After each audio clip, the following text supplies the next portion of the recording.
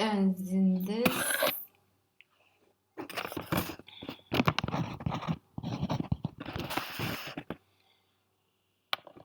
the optimal theory provides the theoretical basis for the process of monetary integration. And this theory discusses several conditions of price and wage flexibility and the integration of factor market, financial market, commodity market, and macroeconomic and political policies that members of economic integration should have when joining the single currency area. And it analyzes the members of the cost benefits of the single. The theory is that the floating exchange rate system or under the condition of fixed exchange rate system. It is the presence of the market frictions, a suboptimal choice. If the output market, factors market, and the financial assets can be in total integration worldwide, relative price and the real wage have sufficient flexibility to the change of supply and demand.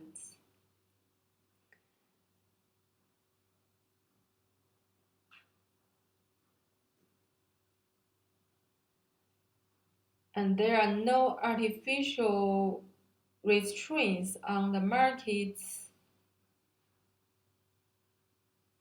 on the markets on the trade, capital flow, and foreign exchange. So the range of the optimal currency area should be the whole world.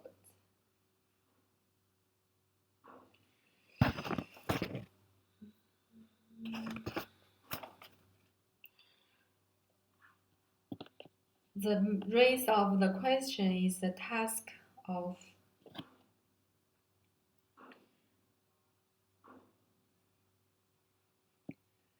a single currency area is how to realize the internal and external balance of integration organization and member countries. The cost of the member should pay is the member country loses the power to independently formulate their monetary policies.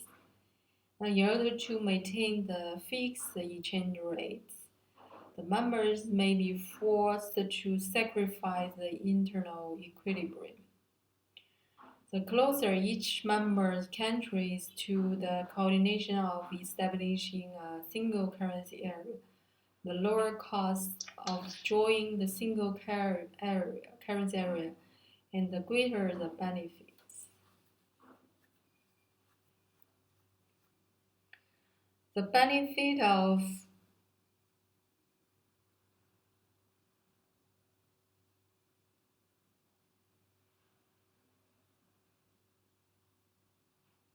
when the economy has a low level of trade, or when the economy has a low tolerance of the stress of the unemployment, and price and wages are pressures from the monopoly of large industries and the powerful labor force.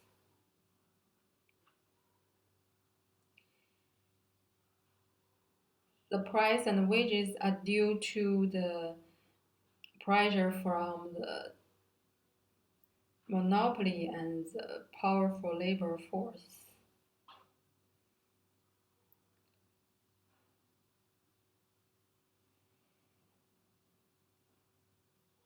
It's very costly for a country to is unable to be flexibly adjusted, such as it is very costly to maintain a fixed exchange rate by sacrificing independence of the monetary policy. And is on the contrary, if a country's economic Phillips curve is relatively straight. The Phillips curve, you know, that is the relationship between the a price and the inflation rate.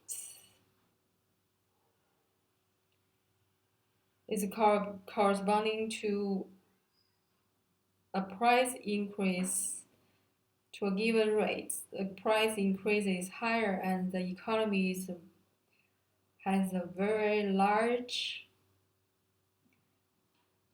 space to select the best coordination point between the unemployment and inflation rate.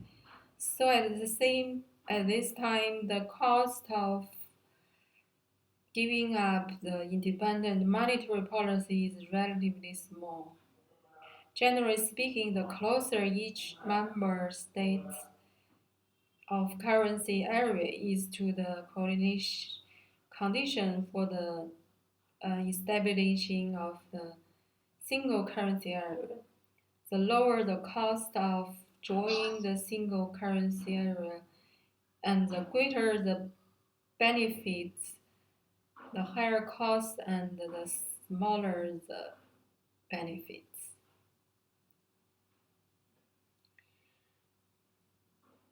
Model and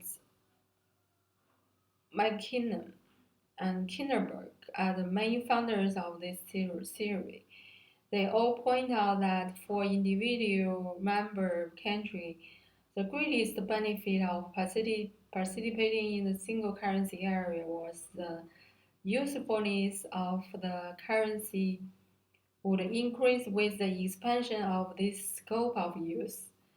A single currency will eliminate the risk of the exchange rate fluctuation and realize the maximization of transactions and the benefits of diversion of labor, thus improving the efficiency of resource allocation.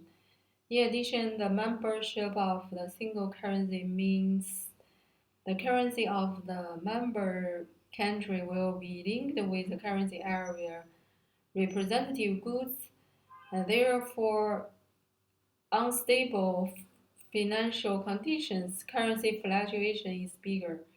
Because in countries with high inflation, will join currency area implementation of prudent monetary policy while enjoy the price stability and the liquidity enhancements. At the same time, the highly integrated financial market provides a mechanism for risk sharing. The imbalance between the payments in different regions of one region can be immediately covered by the financial transactions. And since the member countries can reduce the holding of the international reserve, the cost of the idle resource is reduced.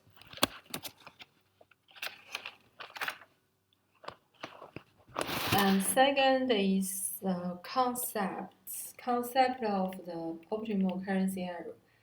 That means it is the core of the single currency area theory.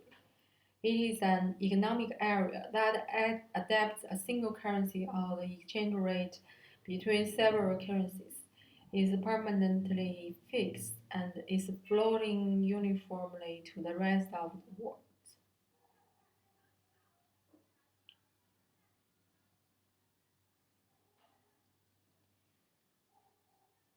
The optimal is measured from the macroeconomic objectives, the internal external equilibrium of the economy. The internal equilibrium refers to the benefits. Internal equilibrium refers to the balance, the relationship between the economic growth, price stable, and full employment, while external equilibrium refers to the balance of payment of And the monetary integration refers to the adoption of the optimal currency area of one single currency and the circulation of single currency within the region, and the establishment of the supranational unified central bank to perform the function of monetary policy. Therefore, the optimal currency area theory is the basis and the core of the single currency area theory. The concept was first proposed by Robert Mundell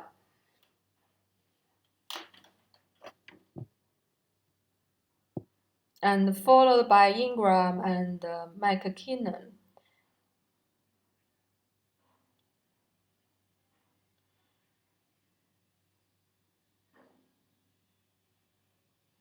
And they jointly initiated the research field of optimal currency area.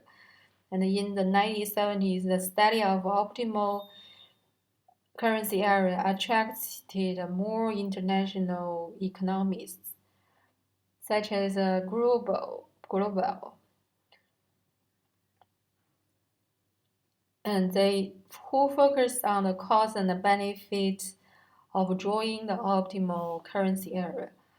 And with the development of European Economic and Monetary Union, the economists focused on the optimal currency area theory to investigate whether EU meets the conditions for establishing of single currency area, and the approaches and the model arrangements for the globalization of monetary union.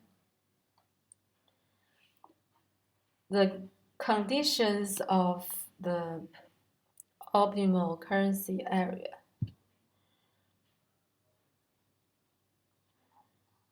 The condition is first, the theory of optimal currency area was first developed in a debate about the merit of fixed exchange rate system and floating exchange rate system in the 1950s. The advocates of floating rates exchange rate system, represented by the Milton Friedman, proposed that the country should adopt the floating exchange rate arrangement to maintain the internal and external equilibrium of the macroeconomic exchange rate system if its price and wages are highly rigid. At a fixed exchange rate, the rigid of price and wages would result in the policies to eliminate the balance of payment imbalance, leading either to the inflation or to the unemployment.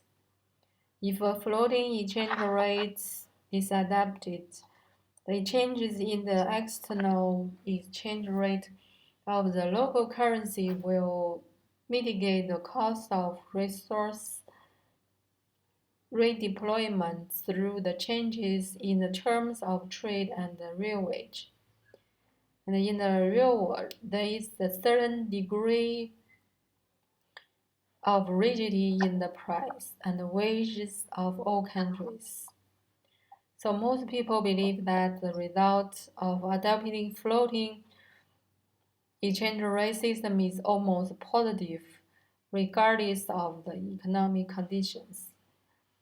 But the optimal currency area theory thinks that this is wrong. The first